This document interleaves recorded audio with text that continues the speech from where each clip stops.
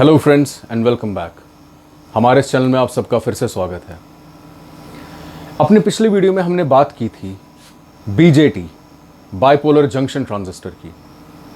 हमने बात की थी कि कैसे कंडक्शन हो पाती है थ्रू एनपीएन या पीएनपी ट्रांजिस्टर, कि कैसे एमिटर, बेस और कलेक्टर इन तीनों लेयर्स का इन्वॉल्वमेंट होता है इन द कंडक्शन प्रोसेस, और क्या फर्क होता है बेसिक एक एनपीएन और पीएनपी में। लेकिन दोस्तों, अपने उसी वीडियो की शुरुआत में हमने ये बात आपसे कही थी कि ट्रांजिस्टर फैमिली ब्रॉडली क्लासिफाई की जा सकती है इनटू टू टाइप्स। दो तरह के, ब्रॉड क्लासिफिकेशन के अकॉर्डिंग दो तरह के ट्रांजिस्टर होते हैं। एक तो था एनपीएन या पीएनपी, जिसे हम कहते हैं बाइपोलर जंक्शन ट्रांजिस्टर। एक दूसरा तरह का ट्रांजिस्टर होता है जिसे कहा जाता है field effect transistor. Field effect transistor एक बहुत ही अहम डिवाइस है। ये इलेक्ट्रॉनिक्स इंडस्ट्री में, इलेक्ट्रॉनिक डिवाइसेस की इंडस्ट्री में सबसे ज़्यादा मैन्युफैक्चर किए जाने वाला, सबसे ज़्यादा बनाए जाने वाला डिवाइस है। इसका उपयोग भी बहुत कॉमनली होता है। एक फील्ड इफेक्ट ट्रांजिस्टर एक ऐसा ट्रांजिस्टर है जो हम आगे आपको बताएंगे इसका ऑपरेशन कैसे करता है, लेकिन फिलहाल के लिए इलेक्ट्रिक फील्ड का इस्तेमाल करता है टू इंड्यूस वोल्टेजेस, जिनसे कि इसमें भी लेयर्स होती हैं, उन लेयर्स में जिस वजह से कंडक्शन पॉसिबल हो पाता है। एक field effect transistor unipolar transistor कहा जाता है, unlike a bipolar junction transistor. Bipolar junction transistor यानी जो हम पहले बात कर चुके हैं एनपीएन या पीएनपी, जिनमें इलेक्ट्रॉन्स और होल्स दोनों की ही मदद ली जाती है फॉर कंडक्शन। इलेक्ट्रॉनिक करंट अगर है, इलेक्ट्रॉन्स का फ्लो अगर है, तो होल्स का फ्लो भी है। इसी वजह से उसे कहा जाता है bipolar. It has two polarities, negative and positive. लेकिन एक फील्ड इफेक्ट ट्रांजिस्टर में, या शॉर्ट में कहा जाए एफईटी, फील्ड इफेक्ट ट्रांजिस्टर, उसमें यूनिपोलर कंडक्शन होती है। यानी एक समय पर या तो इलेक्ट्रॉन्स की मदद से कंडक्टिविटी होती है या होल्स की मदद से। दोनों की पैरेलल मूवमेंट पॉसिबल नहीं होती इन अ फील्ड इफेक्ट ट्रांजिस्टर। अब फील्ड इफेक्ट ट्रांजिस्टर की जरूरत हमें क्यों पड़ी? आखिरकार बाइपोलर जंक्शन ट्रांजिस्टर तो काम कर ही रहे थे, लेकिन कुछ फायदे देखे गए। धीरे धीरे थ्रू एक्सपेरिमेंटेशन, इलेक्ट्रॉन साइंस को जानने वाले लोगों ने इस बात पर अपना ध्यान केंद्रित किया कि प्रैक्टिकल पर्पस, देखिए एक सेमीकंडक्टर का प्रैक्टिकल पर्पस क्या है। जैसे एक एनपीएन ट्रांजिस्टर क्यों ज्यादा यूज किया जाता है देन अ पीएनपी ट्रांजिस्टर?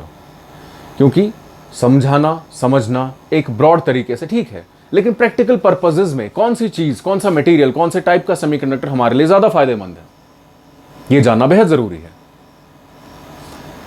यहां पर जब इन लोगों ने काम किया, इन साइंटिस्टों ने काम किया, तो उन्होंने देखा कि instead of bipolar conduction, electrons और होल्स दोनों की कंडक्शन से, अगर हम यूनिपोलर कंडक्शन पर फोकस करें, या इलेक्ट्रॉन्स या होल्स दोनों एक साथ नहीं, तो कुछ फायदे मिलते हैं। इसके लिए हमारा जानना जरूरी है कि हिस्ट्री क्या है फील्ड इफेक्ट ट्रांजिस्टर की। दोस्तों, जो पहले साइंटिस्ट जिन्हें क्रेडिट किया जाता है with the development of the concept, जिन साइंटिस्ट ने हमें कॉन्सेप्ट दिया, सबसे पहले जिन्होंने फील्ड इफेक्ट ट्रांजिस्टर का कॉन्सेप्ट दिया, उनका नाम था जूलियस एडगर लिलियनफील्ड, जिन्होंने यह कॉन्सेप्ट दिया था सन 1925 में। उन्होंने इस यूनिपोलर फंक्शन पर काम किया, इसके फायदे उन्होंने हमें समझाए, लेकिन कुछ कारणों की वजह से वो प्रैक्टिकली कोई ऐसा डिवाइस नहीं बना पाए जिससे कि हम वर्किंग मॉडल का कह सकें। उन्होंने इसकी थ्योरी दी, कॉन्सेप्ट उन्हीं का दिया हुआ था कि फील्ड इफेक्ट ट्रांजिस्टर काम कैसे करता है। उन्होंने इसके लिए पेटेंट फाइल किया, काम आगे चला, कुछ लोगों ने और किया। 17 साल बाद जब यह पेटेंट खत्म हुआ, तब तक इसी कॉन्सेप्ट पर दो लोग और काम कर रहे थे, जॉन बारडीन और वॉल्टर हाउजर ब्रटेन।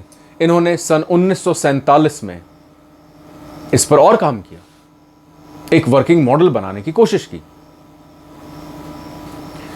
और अब क्योंकि काम चल रहा था, ऐसा नहीं था कि किसी एक ही साइंटिस्ट की एफर्ट से डिवाइस बनकर तैयार हो गया। ये तो सालों साल लगे हमें इस बात को समझने में कि अगर हम यूनिपोलैरिटी यानी सिर्फ एक ही तरह के मेजॉरिटी चार्ज कैरियर्स का यूज करें तो फायदे ज्यादा मिल सकते हैं। तो हाइनरिक वेलकर,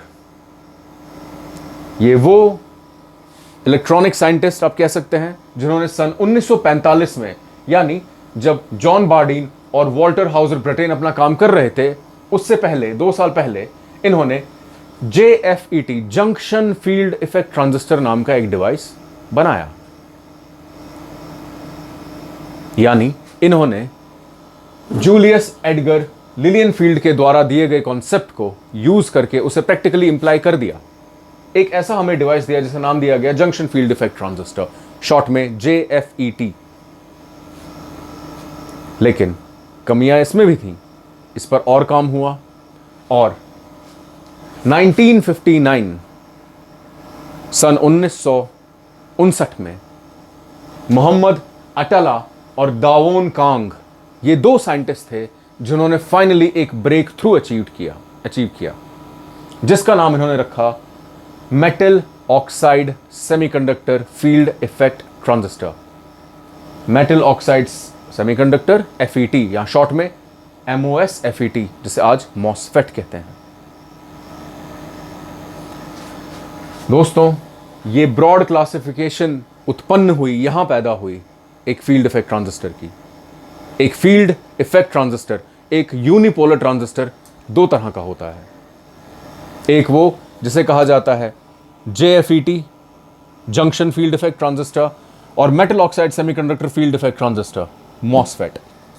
ये होते हैं 2 तरह के फील्ड इफेक्ट ट्रांजिस्टर यानी यूनिपोलर ट्रांजिस्टर, यानी वो ट्रांजिस्टर जिसमें कि या तो इलेक्ट्रॉन्स या होल्स, एक ही तरह के मेजॉरिटी चार्ज कैरियर्स का उपयोग किया जाता है फॉर कंडक्शन। नाउ अपना ध्यान इस डायग्राम पर आप केंद्रित कीजिए। ये एक मॉडर्न डे MOSFET का एक क्रॉस सेक्शनल व्यू है। उसे अगर बीच में से काटा जाए तो क्या होता है, बिल्कुल एक बाइपोलर जंक्शन ट्रांजिस्टर की तरह इसमें भी लेयर्स होती हैं, NPN, ये लेयर्स आप देख सकते हैं यहां पर।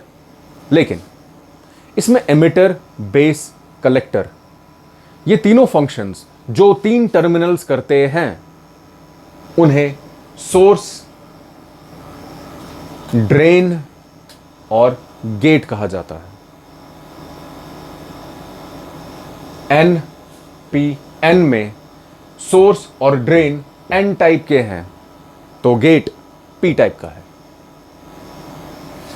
गेट को इस सेमीकंडक्टर डिवाइस की इस बॉडी से, ये डायग्रामेटिक रिप्रेजेंटेशन है इसकी बॉडी का, इसकी बॉडी से अलग किया जाता है, इंसुलेट किया जाता है through a gate oxide, a particular oxide material जो कि काम करता है इंसुलेटर का। इस गेट को अलग रखता है from the other semiconductor body. दोस्तों, FET एक वोल्टेज बेस्ड डिवाइस है। कहने का मतलब ये कि इस केस में जो भी कंडक्शन पॉसिबल हो पाती है, जो इसका ऑपरेशन हो पाता है, वो पॉसिबल हो पाता है जब हम वोल्टेज सप्लाई करते हैं इन तीनों टर्मिनल्स पर। यानी सोर्स, गेट और ड्रेन वोल्टेजेस डिसाइड करती हैं operation of a field effect transistor. अब ये junction field effect transistor in detail क्या है, metal oxide semiconductor field effect transistor MOSFET क्या है, ये हम डिटेल में बात करेंगे अपने आने वाले वीडियोस में। लेकिन हमारे लिए कुछ बातों का जानना बहुत जरूरी है। एक बाइपोलर जंक्शन ट्रांजिस्टर जिसमें हमने NPN, PNP के थ्रू ऑपरेशन, कंडक्शन ऑपरेशन हमने देखा, उसमें हमें कुछ कमियां मिली दोस्तों। सबसे बड़ी कमी यह थी कि किसी भी ऑपरेशन के लिए हमें गेट को कुछ ना कुछ वोल्टेज देनी पड़ती थी। लेकिन कहने का मतलब ये कि एक बीजेटी में N input current is required. जब इनपुट करंट होगी तभी वो ऑपरेट करेगा। लेकिन एक मॉसफेट में ऐसा नहीं होता।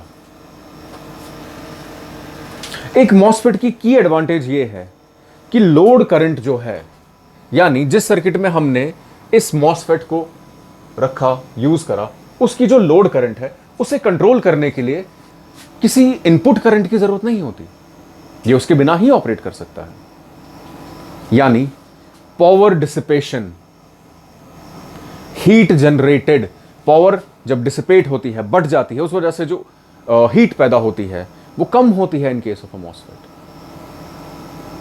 पावर रिक्वायरमेंट्स को ये ज्यादा सूट करता है।